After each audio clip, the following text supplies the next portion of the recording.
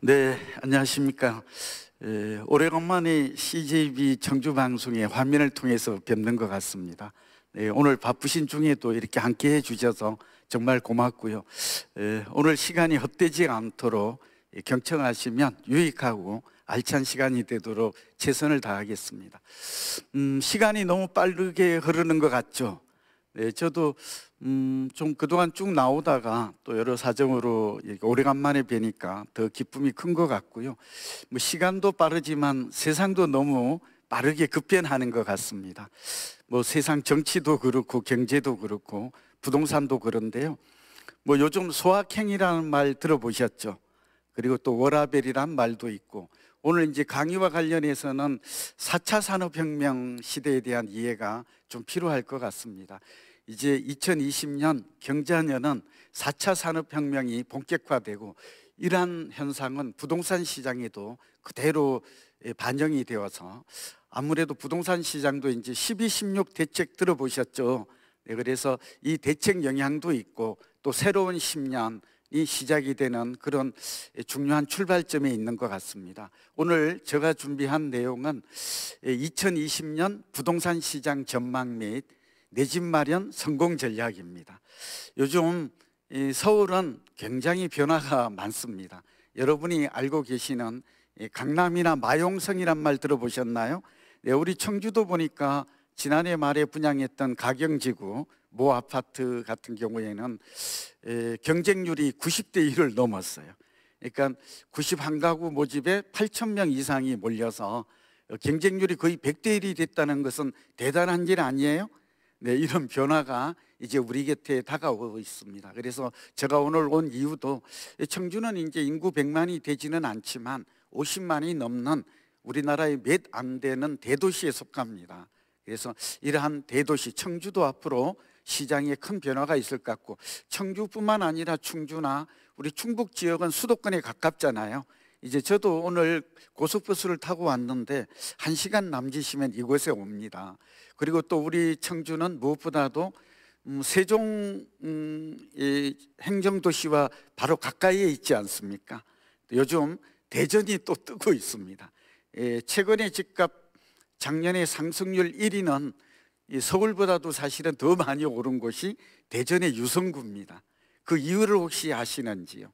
그래서 오늘 청주 얘기하면서 이렇게 대전 얘기도 하고 세종시 얘기도 하고 하는 것은 우리 내륙의 중심 도시인 청주의 주변에 이러한 그 유망한 도시라든지 또 여러 가지 부동산 시장의 변화가 많은 곳들이 있어서 다 함께 우리가 비교하고 또 살펴보는, 심도 있게 미래를 전망해보는 그런 시간이 되었으면 좋겠습니다. 지금부터 빠르게 전개하도록 하겠습니다. 자, 목차를 우선 잠깐 좀 보실 필요가 있을 것 같은데요. 정말 많죠. 오늘 이걸 다 소화할 것입니다. 보시죠. 이제 가장 첫 번째로 부동산이란 무엇인가? 부동산의 개념과 본질적 특성부터 시작해서 이제 시장의 근원적인 질문 3가지, 또 성공 전략, 청약 전략까지 해서 오늘 쭉 끝까지 한번 살펴보도록 하겠습니다. 시간이 한정되어 있으니까 바로 한번 들어가 보죠. 여러분, 제가 이제 가장 시작하자마자 부동산이 무엇인가 하는 개념에 관한 문제를 들고 왔습니다. 존버리가 아프죠. 여러분, 우리가 행복하기라는 학문을 아시죠? 우리가 행복해지기 위해서는 가장 먼저 무엇을 알아야 될까요? 우리가 심리학은 가장 먼저 무엇을 알아야 될까요? 우리는 행복의 개념을 알아야 하듯이 또 사람이란 어떤 존재인가를 알아야 심리학과 철학이 시작이 되듯이 부동산이 다른 재화와는 다른 본질적인 특성을 이해하는 것이 굉장히 중요합니다. 이걸 모르면, 다시 말해서 부동산의 개념과 특성을 이해해야 부동산의 투자 기준, 선택 기준, 판단 기준을 우리는 알 수 있는 것입니다. 잘 나와 있는데 한번 보실까요? 부동산은 오늘 꼭 알아야 될 게 교과서에 이렇게 개념이 정의되어 있어요. 부동산은 토지와 건물로 구성되어 있으며, 이렇게 되어 있습니다. 위치성을 지닌 독특한 재화. 좀 벌써 말이 어렵죠. 이 로케이션이란 말이 나옵니다. 제가 아까 양해를 구했습니다. 이렇게 알지 않으면 우리는 부동산의 본질에 대해서 다른 지역과 어떤 게 다른데 왜 지난해에 경제도 안 좋고 산업도 안 좋고 모든 것이 불안하고 주식도 안 좋고 금융시장도 안 좋은데 왜 부동산만 올랐나요? 이런 질문을 수없이 받습니다. 그 이유가 지금 이곳에 있습니다. 뭐라고요? 토지와 건물로 구성되어 있습니다. 그리고 두 번째 질문은 뭐예요? 서울 같으면 왜 강남 4구와 마용 성강만 이렇게 오르나요? 다른 지역은 왜 오르지 않나요? 양극화입니다. 이제 이 양극화는 우리 청주에도 그대로 재현이 될 것입니다. 이미 부산 해운대, 대구 수성구는 이미 양극화가 나타나고 대전도 이제 유성구가 앞서가고 있습니다. 소위 강남구나 현상이 양극화의 시작이 된 것입니다. 우리 청주도, 자꾸 청주를 말씀드리는 것은 우리 청주 방송이 자리 잡고 있고 우리 또 여기에 우리 행정 수도이기 때문에 이런 말씀을 제가 도청 소재지이기 때문에 이런 말씀을 지금 계속해서 드리는 것이죠. 위치성은 그래서 여러분 부동산이 뭐냐고 물으면 오늘부터는 자신 있게 대답해야 됩니다. 알고 있어야 됩니다. 토지와 건물로 구성이 되어 있거든. 그리고 위치성을 그래서 위치에 따라서 이 위치가 우월한가 열등한가 입지가치라고 합니다. 오늘 입지가치라고 합니다. 입지가치에 따라서 강남 4구와 서울의 마용성은 입지가치가 높거든. 주거가치도 높거든. 투자가치도 높거든. 그래서 이곳의 수요가 쏠리고 이곳이 가장 먼저 오르고 많이 오르고 비싼 지역이 되는 것입니다. 자, 청주에 대입하면 다시 나오겠지만 청주의 가장 행정구역별로 보면 가장 비싼 구가 어디죠? 지금 흥덕구입니다. 그렇죠? 네, 이곳이 지금 시티가 들어선 이후에 부자들의 쏠림 현상이 심화되고 있습니다. 그리고 요즘 신도시로 또 선호하는 젊은 층은 많이 나가게 되는 것이죠. 여기 청주도 마찬가지고요. 이 서울도 공통점인 현상은 최근에 집을 사는 사람은 우리가 알고 있는 바와 같이 50대, 60대가 아닙니다. 최근 집을 사는 주류는 30, 40대입니다. 이를 우리는 밀레니얼 세대라고 말합니다. 최근에는 30대가 압도적으로 주택을 많이 삽니다. 자, 위치성, 오늘 위치가 굉장히 중요한데 이 위치성은 이렇게 됩니다. 인구 구조의 변화입니다. 부동산은 위치성을 가진 독특한 재화이며 위치는 세분화됩니다. 어떻게 세분화돼요? 지리적 위치는 고정되어 있지만 사회적, 경제적, 행정적 위치는 가변한다. 고정에 반대는 말이죠. 여기까지 우리 이해해야 됩니다. 그래야 우리는 좋은 주택, 투자 가치가 높은 주택, 슈퍼주택, 슈퍼부동산을 찾을 수 있는 것입니다. 자, 지금 중요합니다. 인구 구조의 변화는 여러분 어렵죠? 근데 이렇게 생각하시죠. 한번 좀 따라해 주세요. 인구 증가. 아주 쉽죠. 인구 잘 고맙습니다. 이렇게 따라해 주시니까. 인구 증가입니다. 경제적 위치 어렵지만 소득 증가입니다. 다 같이 소득 증가. 이거는 구매력이라고 그래요. 부동산은 자동차처럼 내구재죠. 비싸요.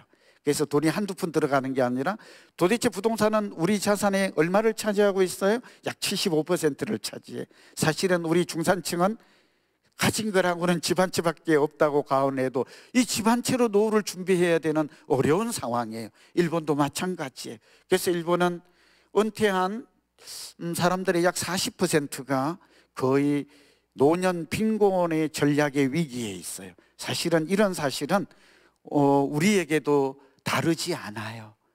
우리 노인들도 우리가 지금 국민들이 가진 총 자산이 4억이 채 안 됩니다.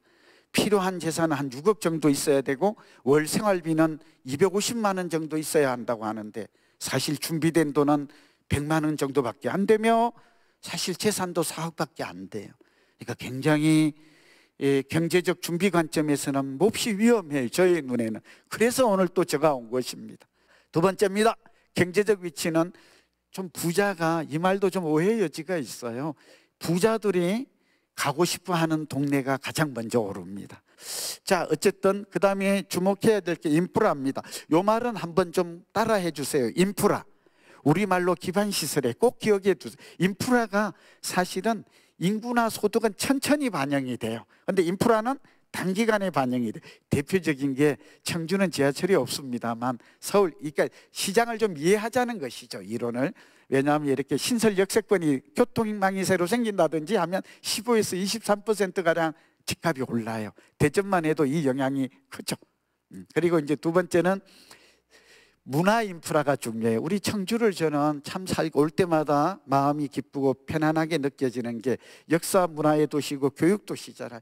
그러면서 산업 도시로의 기능도 잘 갖추었잖아요. 그러니까 청주는 돈만 있으면 정말 살기 좋은 동네 같아요. 사람들의 인품도 좋고요, 넉넉하고요, 누구나 다 아는 도시죠. 세 번째 중요한 거는 상업 인프라. 이 부분은 잘 좀 유념해 주시면 응용할 수 있는 방법이 많아요. 활용이. 상업 시설이 번성해야 돼요. 요즘은 인터넷 쇼핑이라고 그래서 요즘 다 모바일로 하잖아요. 이제 요즘 상권이 다 쇠퇴해요. 서울도 보면. 그런데 그럼에도 불구하고 외국 관광객이 많이 오고 사람들이 모여들어서 우리 쇼핑도 하고 추억도 즐기는 골목 상권과 전통 상권, 이런 것들을 잘 살릴 필요가 있는 것이죠. 이거 굉장히 중요한 도시계획의 변화예요. 우리 방송 들으시는 우리 시민들이 만들어야 돼요. 리더가 해야 되지만 거기만 의존하면 안 되는 것이죠. 자, 넘어갈게요. 자, 이거는 중요합니다만 부동산은 움직이지 않는 부동산의 특징이 있고요, 국지적으로 과열되는 이유가 됩니다. 그리고 땅은 영속적이죠. 그러니까 우리가 아파트도 토지 위에 높은 용적률로 지은 주거 공간을 우리가 보통 이제 평으로 말하면 25평 아파트 34평에 산다고 말을 해요. 이게 뭐 84제곱미터, 60제곱미터 이런 얘기를 하죠. 또 이렇게 말하면 좀 말이 어려울 것 같아서 그냥 알기 쉽게 평이라는 것으로 제가 표현도 합니다. 무슨 얘기일까요? 한번 좀 따라해 주세요. 이 부분 중요한 게, 여러분 부동산의 구성 요소는 딱 두 개밖에 없어요. 이거 굉장히 쉽거든요. 뭘까요? 땅과 건물의 가치예요. 사람도 사실은 굉장히 복잡하고 신비로운 존재지만 따지고 보면 의사는 사람도 딱 두 개로만 구분해요. 진단을 할 때 뭐예요? 정신건강, 육체건강. 의사는 두 개 외에 없어요. 그리고 이 두 가지는 각각 따로 독립적이지만 또 영향도 미쳐요. 부동산이 꼭 그래요. 토지 가치가 사실은 거기에 알맞는 좋은 건물을 잘 최유효 이용 방안이라고 잘 지으면 가치가 극대화되어요. 같은 땅이라도 어때요? 이 설계사가 잘 아이디어를 내어서 정말 멋진 건물을 짓는다면, 살아보니까 정말 좋다면 이건 정말 금상첨화이지 않을까요? 이 두 가지 조화가 공인중개사 분들은 제가 지금 무슨 말 하는지 부동산 학에 잘 나와 있어요. 그러나 오늘은 시간을 좀 아껴야 되니까 이쯤 넘어가고요. 제가 이 말씀 드리는 이유는 이 결론 때문에 그래요. 아파트가 가격이 오르려면 살기 좋고 살기 좋지 않냐는, 여러분 여기에 달려있어요. 지금 시간이 부족하니까 지금 얘기할게요. 이 순간 얘기할게요. 여러분 한번 단어를 따라해 주시죠. 주거 환경, 환경이 주거 가치, 가치라는 말을 써. 오늘 제가 아까 시작하자마자 워렌 버핏이 끝으로 강조했던 주택도 가치 있는 상품이다, 주거 상품이다라고 말했잖아요. 이 가치가 무엇인가, 그 실체를 지금 공부하고 있는 거예요. 딱 네 가지만 기억해요. 이게 첫 번째, 주거 환경과 투자 가치는 달라요. 이걸 오늘 이해하는 게 너무 중요해요. 제가 온 이유에 저의 강의가 아니면 이걸 들을 수 있는 길이 또 없어요. 이 연구는 저 자랑이 아니라 국내외의 학술지에 게재되고 학위 논문으로 처음 발표가 되었고 또 후속 논문도 연구가 없어요. 그런데 이거는 진실이에요. 팩트예요. 가짜뉴스 아니에요. 한번 들어보세요. 지금 중요하니까. 그 첫 번째가 뭐냐 그러면, 우리는 주거 살만한 곳인가, 살기 좋은 곳이, 당신은 어디에 어느 곳에 살고 싶은가요? 이런 질문 많이 해요. 그런데 여기에 대한 답은 주거 환경, 주거 가치예요. 키워드가. 그럼 그걸 어떻게, 이 좀 막연하죠. 네 가지. 첫째는 교통이에요. 함께 따라해 주세요. 교통. 교통의 편익 가치가 좋아야 돼. 교통 편익이 편리해야 돼. 편익성이란 편리해. 요즘 편리미엄이란 말을 김남도 서울대 교수가 써서 많이 유행어가 됩니다. 아, 나 주거에 오면서 편리해야 되거든. 내가 편리해 좋다니까. 그래야 편의성이 높아지고 내가 행복하다니까, 주거 행복한다니까, 이렇게 주거 생활의 기쁨을 느낀다니까. 요즘 슬세권이란 얘기도 써요. 서울에서는 뭐죠? 나 슬리퍼 신고 그냥 걸어 다니면 다 끝난다니까. 주거도 하고 잠도 자고 쇼핑도 하고 내가 산책도 다 한다니까, 우리 아파트에서. 이런 좀 재밌는 표현이죠. 슬리퍼를 킹. 그리고 요즘 이제 숲세권, 환경이 좋아야 된다니까. 미세먼지 때문에 나 마음껏 숨 좀 쉬고 살자. 그래서 또 우리 청주가 또 주목받는 살기 좋은 곳이 되고 있는 것입니다. 자, 또 넘어갈게요. 여러분, 땅값이 올라야, 함께 따라해 주세요. 땅값이 올라야 집값이 오른다. 예, 왜냐하면 건물은 사람의 육신과 아까 비유했죠? 예, 비유될 수가 있는데, 시간이 경과하면 노후화되고, 노후화되면 감가상각되고, 감가상각되면 경제적 가치가 감소하고, 가치가 감소하면, 가치가 밸류잖아요. 가치가 감소하면 가격, 영어로 프라이스죠. 마켓 프라이스, 시장 가격이 하락해요. 따라서 잘 정리합니다. 이 부분을 알면 엄청난 깨달음이 와요. 제가 10년 전에 부동산 투자는 과학이다 이 책에서 이걸 쓰고 나서 부동산 가격이 재편되기 시작해요. 대지 지분이 넓고 땅값이 오르는 지역과 또 그 아파트와 그렇지 않은 아파트 가격 간의 격차가 벌어져요. 그전까지는 이 이론을 몰랐어요. 좀 놀랍지 않아요? 그래서 여러분, 대지 지분 함께 해요. 대지 지분. 보통 용적률이 200%면 34평이 대지 지분이 16평에서 17평이에요. 서울도.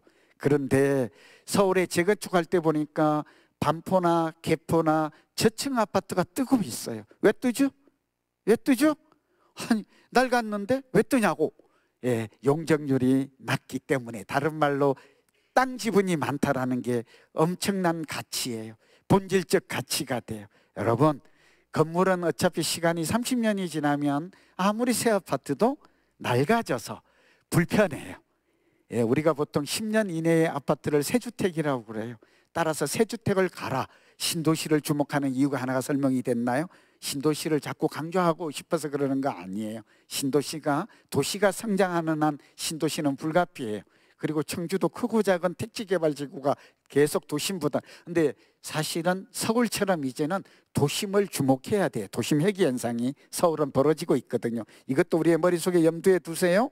예, 그러니까 도심과 신도시는 다 유망할 수 있다라는 얘기를 지금 하고 있어요. 예, 두 번째, 그 대신 도심은 도시 재생이 활발하게 진행이 돼야 돼요. 근데 청주는 아직 도심권, 우리가 중앙동을 비롯해서 이런 지역들이 상권도로 아직 좀 활성화되고 있지 않죠? 이거 얼른 활성화시켜야 돼요. 방법이 있어요. 있는데 조금 우리가 시민들이 힘을 합해야 되겠죠. 협조가 필요하겠죠. 넘어갑니다. 자, 이제 여러분 얘기를 참 많이 했습니다. 부동산의 본질적 가치는, 내재 가치는 토지 가치라는 말과 저 말 좀 이해되시죠? 네, 이런. 그리고 부동산 공부를 하기 위해서는 저 보세요. 얼마나 많은 공부가 필요한지. 여러분, 주식이나 채권보다도 부동산은 더 많은 공부가 필요해요. 종합응용, 경제학과 도시공학과 부동산의 융합이 필요해요. 넘어갑니다, 여러분. 그래서 섣불리 한두 가지 여러분 판단하면 안 돼요. 그리고 군집행동이라고 그래서 막 주식 사면 우르르 샀다가 오르면 또 뒤따라 추격 매수했다가 또 떨어지면 우르르 같이 파는 이런 행동은 굉장히 바보, 스투핏, 어리석은 투자의 행동이라고 석학들은 말하고 있어요. 자, 여러분, 이 부분은 그냥 잘 보십시오. 살기 좋고 사기 좋은 투자가치 이런 부동산만, 오늘 지금 아파트만 우리는 이걸 찾아가는 노력, 이러한 해안이 과학적 투자 방법이 필요하다. 땅값이 올라야 돼요. 대지 지분이 넓고요. 그리고 새 아파트가 좋아요. 예, 그래서 사실은 서울도 보면 자꾸 서울을 예를 들면 지금까 앞으로는 좀 달라져요. 많이 오른 지역들은 평균 회귀 법칙이라고 그래서 이건 미국 예일대의 그 유명한 로버트 실로 교수가 한 말인데요. 많이 오르면 많이 내릴 수 있다는 것도 꼭 우리가 머릿속에 유념해야 돼요. 산이 높으면 골이 깊다라는 말과 똑같아요. 자, 여러분, 오늘 이런 것들은 지편대 설명하기가 좀 어려워요. 그래도 여러분 혹시 방송을 듣고 계시는 분 중에 나 정말 부동산 투자를 통해서 노후 준비를 좀 든든하게 하고 싶거든, 나 진짜 노후는 경제적으로 자유롭고 풍요롭고 싶거든, 집 하나 가져도 나는 정말 좋은 주택에 내가 걱정 없이 살고 싶. 여러분, 주택은 주택연금과 관련이 되어 있어서 이 부분이 정말 중요합니다. 그러니까 여러분, 공시지가가 많이 오르는 거, 세금 많이 나가는 게 아니냐 그럴지 모르는데 이 성장의 대표 지표입니다.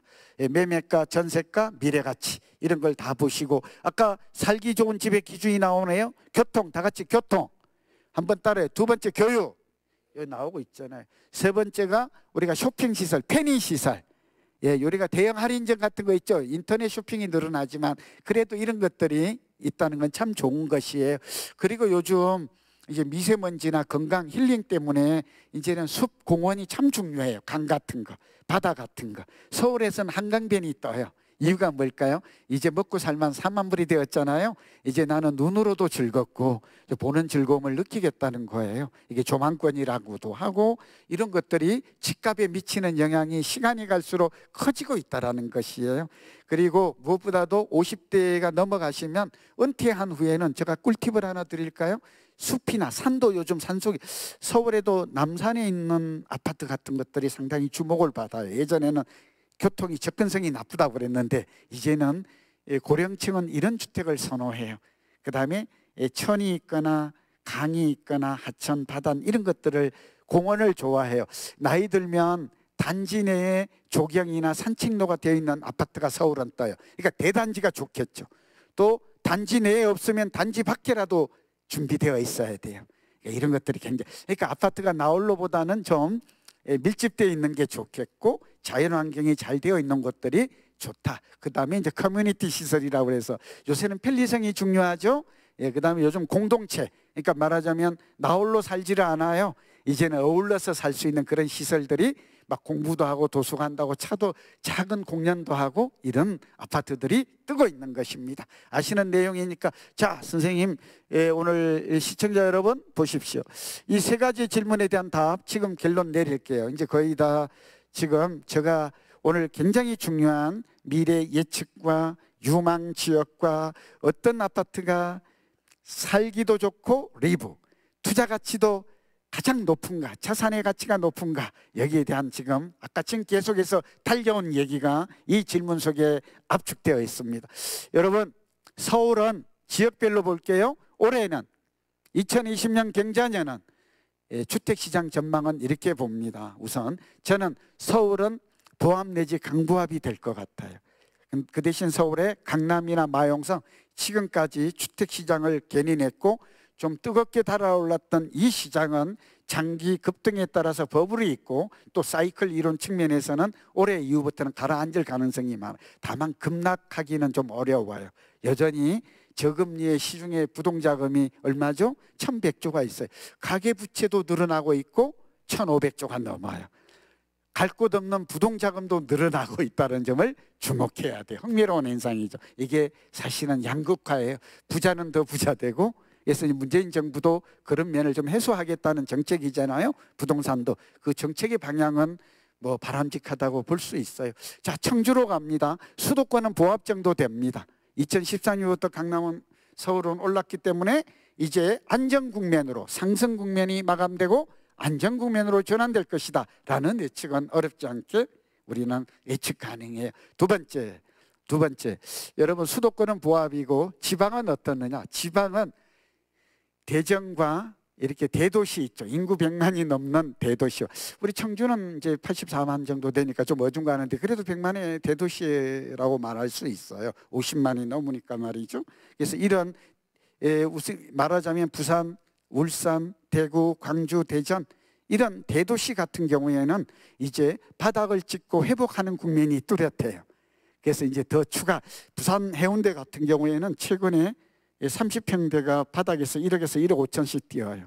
지금 아까 대전 유성구에 가까이 있는 곳들도 1억에서 1억 5천씩, 유성구 있죠? 도룡동 이런 것들은 굉장히 지금 기사에 다 떠 있어요. 저희 얘기가 아니라 국민은행 통계 같은 걸 보면 알 수 있어요. 자, 우리가 속해 있는 이 생활권, 행정권에 어떤 변화가 있나 지금 살펴보고 있는 것이고, 청주 지역으로 갑니다. 우리의 관심은 청주니까. 청주와 충주 이런 지역들은 이제 지난 4년간에 좀 안 좋았어요. 가격이 많이 내리지는 않았지만 하향됐던 것들이 이제 바닥 찍고 이제 완만한 오름세로 전환되는 전환기에 놓여 있어요. 무척 중요해요. 그래서 오늘 제가 왔고, 또 이 방송을 듣는 우리도 미래를 예측하는 데 중요한 정보를 지금 공유하고 계신 것입니다. 이제 그 대신 양극화가 나타나요. 어떻게 해요? 유망지역, 뜨는 지역과 성장지역과 그렇지 않은 지역 간에, 그 다음에 대형 주택과 그 다음에 중소형 주택 간에, 새주택과 헌주택 간에 양극화가 진행된다는 거 오늘 꼭 기억하시고 유념하시고 내 집 마련을 선택할 때 새로운 기준으로 삼아야 하는 것입니다. 좀 이해되시죠? 네, 청주에 대한 얘기 다시 또 이어갈게요. 준비가 많이 되어 있어요. 여러분, 이 부분은 그냥 시간 관계상 잠깐만 보여드리고, 꼭 필요한 분들, 단기 예측은 이렇게 거래량이나 전세 가격이나 미분양이나 인허가 물량, 착공 물량 같은 걸 보면 알 수 있어요. 여기서 짧게 좀 결론 낼게요.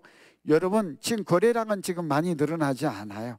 그래서 거래량이 회복이 되는 시점에 바로 주택 경기도 회복이 돼요. 그리고 두 번째는, 그러니까 거래량은 선행 지표예요. 두 번째, 서울 지역 같은 경우는 거래량이 20% 이상 줄고 있거든요. 그래서 제가 서울의 집값은 추가로 더 오르기는 어렵다고 말한 이유가 되고 있는 것이에요. 두 번째입니다.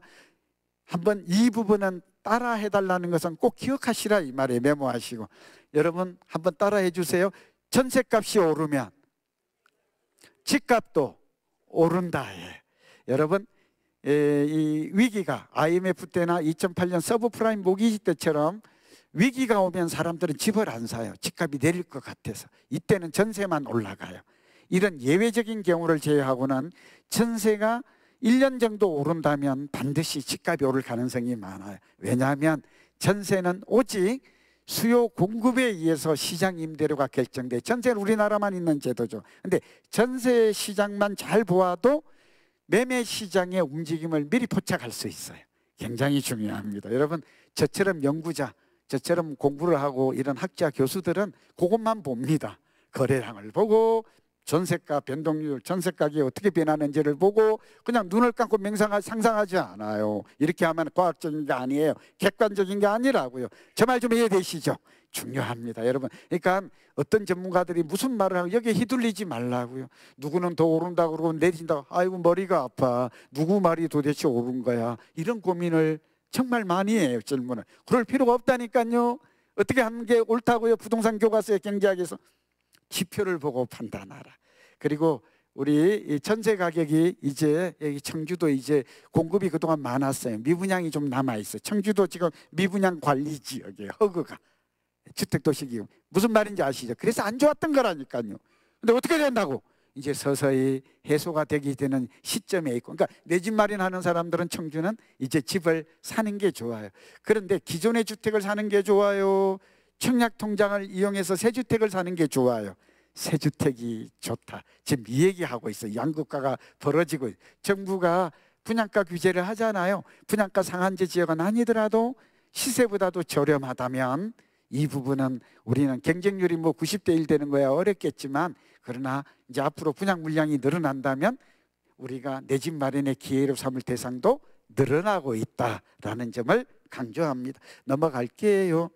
이것도 보면 7대 변수인데, 공부하고자 원하는 분들은 이거 정말 방송 들으는 분들은 그냥 좀 사진이라도 찍어서 쭉 보세요. 제가 이걸 말씀드리는 이유는 매우 전문적이긴 한데 전문가들도 잘 모르는 분야예요. 잘 공부를, 오히려 공인중개사분들은 이 내용을 알아요. 이렇게 부동산 경제학에서 잘 설명되고 있는데 어느 한두 가지 이유만을 가지고 막 인구를 봐야 돼, 소득을 봐야 돼, 뭐를 봐야 돼, 한두 가지를 보는 게 아니에요. 부동산에는 이렇게 많은 요인들이 종합적으로 해외 부동산 동향까지 다 봐야 돼요. 그래야 방향이 보여요. 근데 얼치기 전문가들은 이런 걸 몰라요. 모르는 경우가 저는 알아요. 그러니까 몇 가지만 보고 돈이 많으니까 금리가 그러니까 오를 수밖에 없다니까요. 이렇게 말하는 전문가는 하나는 맞지만 전체가 맞는 것은 아니에요. 시간 때문에 줄입니다. 자, 10년 주기설 꼭 기억하십시오. 다른 건 있더라도. 이건 제가 발견한 원리인데요. 빅데이터라고 4차 산업혁명 말씀드렸죠. 인공지능이라고 말씀드렸죠. 초연결이라고 말씀드렸죠.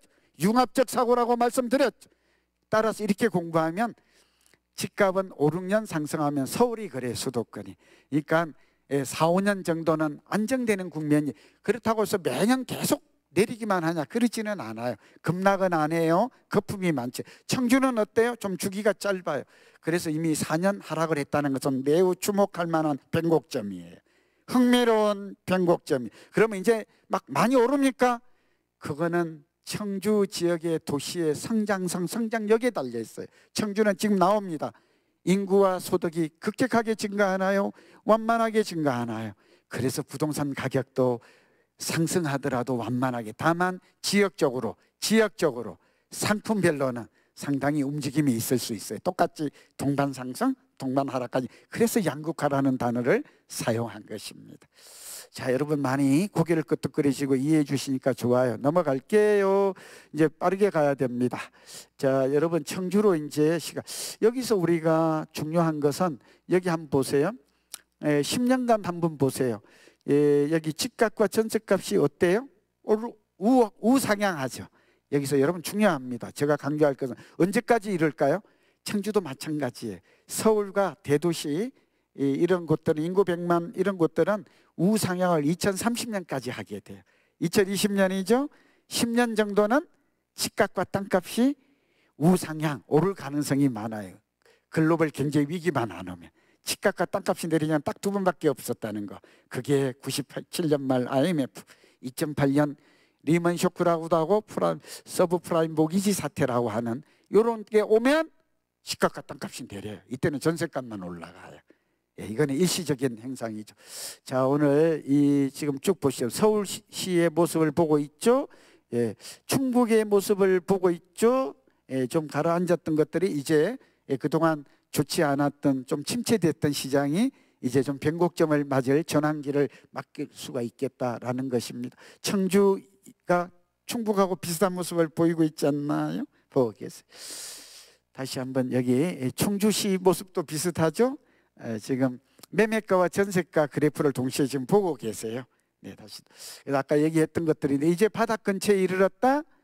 올해 이후부터는 회복 국면으로 전환될 것이다. 오늘 저희가 온 이유, 제가 오늘 이렇게 강조하고 설명을 자세하게 하는 이유입니다. 사이클이 있다. 순환 변동 사이클이 있다라는 것입니다. 자, 우리 청주 분양시장이 앞으로 내년까지는 물량이 많아요. 그러니까 여러분 신규 분양을 청약통장을 이용해서 분양을 노려라라는 얘기를 지금 최근에 청주에서도 여러분 그 자료가 있는지 모르겠는데 민영아파트 포함해서 물량이 많은 요즘 선착순에는 떴다방이 등장해요. 이거 떴다방은 뭐 좋아서 하는 얘기 아니에요. 언론의 기사에 떴다방이 나오면 이거 예사스러운 일이 아닙니다. 심상치 않습니다. 그러고 나서 줄 서서 500만 원에 판다 이런 기사를 제가 오면서 본 적이 있어요. 저도 이제 청주를 평상시에 관심 있게 늘 보고 있지는 못하잖아요. 그래서 여러 시장 중에 한 곳이기 때문에 이제 서브 시장이라고 그러거든요. 메인 마켓, 서브 마켓으로 보기이기 때문인데 상당히 재미있는 일들이 그동안 보지 못했던 모습들이 현장에서 나타나고 있다는 것은 하나의 시그널이에요. 이제 봄이 왔다라고 제비가 왔다. 진달래가 피었다 개나리 이렇게 볼 수 있어요. 분양 물량이고요.